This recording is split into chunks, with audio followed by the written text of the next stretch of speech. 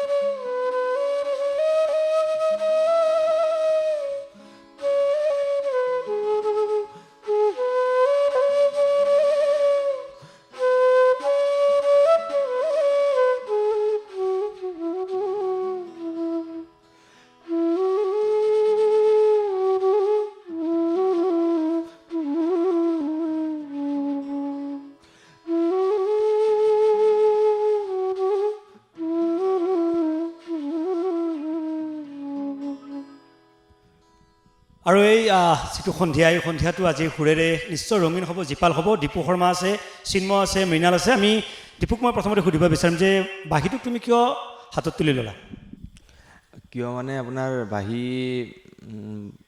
বজোৱা দেখিছোঁ টিভিত দেখিছোঁ তাৰপিছত আপোনাৰ মোৰ বন্ধু আছে সিহঁতক দেখিছোঁ কিন্তু পোনপ্ৰথমে বাঁহীটো শুনিছোঁ মই আমাৰ আন্তঃৰাষ্ট্ৰীয় ক্ষেত্ৰত মোৰ গুৰু দীপক শৰ্মা ছাৰৰ তাত তেখেতৰ অনুষ্ঠান মই চালোঁ চাই পেলাই নাজানো কি কাৰণে মই বাঁহীটো হাতত ল'লোঁ কিন্তু আপোনাৰ বাঁহীটোৰ প্ৰতি কিবা এটা সোমাই গ'ল চাগে সেইকাৰণে মই বাঁহীটো লৈছোঁ আৰু বজাই আছোঁ আৰু বাঁহীটোক লৈ নিশ্চয় সপোন দেখিছা আগুৱাই যাবলৈ জীৱনৰ অন্যতম লক্ষ্য বাঁহী মানে আছোঁ আৰু বজাই আছোঁ শিকি আছোঁ ছাৰৰ তাত ত' পিছলৈ ক'ৰ পৰা কি হয়তো নাজানো কিন্তু এতিয়া আৰু বজাই আছোঁ কেনেদৰে আৰম্ভ কৰিছিলা বাঁহী বজোৱাটো কেনেদৰে আৰম্ভ কৰিছিলা প্ৰথমতে বাঁহী বজোৱা মানে মোৰ ঘৰটো নলবাৰীত নলবাৰীত ৰাজ হয় চ' মিনিমাম মই ক্লাছ 7-8 মানত আপোনাৰ থাকোঁতে মই ঘৰৰ ফেমিলিৰ লগত আৰু যোৱাতে মই বাঁহী এটা কিনি আনি থৈ দিছিলোঁ আৰু মনত আছে সেইখিনি আৰু আনি পেলাই থৈ দিছিলোঁ থৈ পেলাই বেলেগেও বজাই শুনো কেতিয়াবা দীপক শৰ্মা ছাৰৰ ভিডিঅ' নিউজত চাওঁ আৰু এনেকৈ চাই পেলাই সেনেকৈ মানে কিবা এটা মন গ'ল আৰু হৈ পেলাই বজাওঁ মাজে মাজে মানে বজাই থাকোঁ ভোকটো নাহে তাত বজাওঁতে পিছত ভোকটো আহি তেনেকৈ সেই বাঁহীটো দিয়ে অলপ মানে কি বাঁহীটো বেলেগ বাঁহী এটা ল'বৰ কাৰণে সাহস পালোঁ তাৰপিছত আৰু তেনেকৈ আৰু চবে ঘৰৰ মানুহে ছাপোৰ্ট কৰিলে বাঁহীটো মানে সেইকাৰণে আৰু বাঁহীটো বজাই নিশ্চয়কৈ আমি আৰু দীপুৰ সৈতে বহুত কথা পাতিম আমি পুনৰ এটি অনুষ্ঠানৰ মাজলৈ যাব বিচাৰিম এবাৰ কি বজাবা সন্ধিয়া সময় ঠিক আছে সন্ধিয়া আকাশত বগলী উৰে নিশ্চয়কৈ সন্ধিয়া সময় যিহেতু আৰু এটা খুব জনপ্ৰিয় গীত সন্ধিয়াৰ আকাশত বগলী উৰে সেই গীতটি বাহিৰে বজাব আৰু সংগত নিশ্চয় দুয়োগৰাকীয়ে কৰিব মৃণাল আৰু চিন্ময়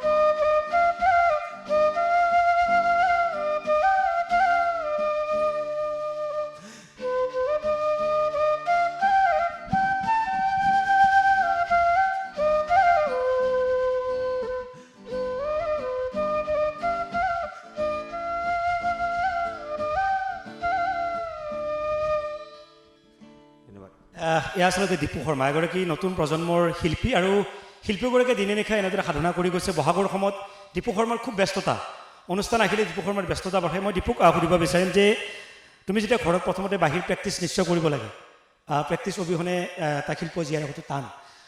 যেতিয়া প্ৰেক্টিচ কৰিছিলা ঘৰত এনে কোনোবাই কৈছিল নে এই কি বজাই থকা এইডাল?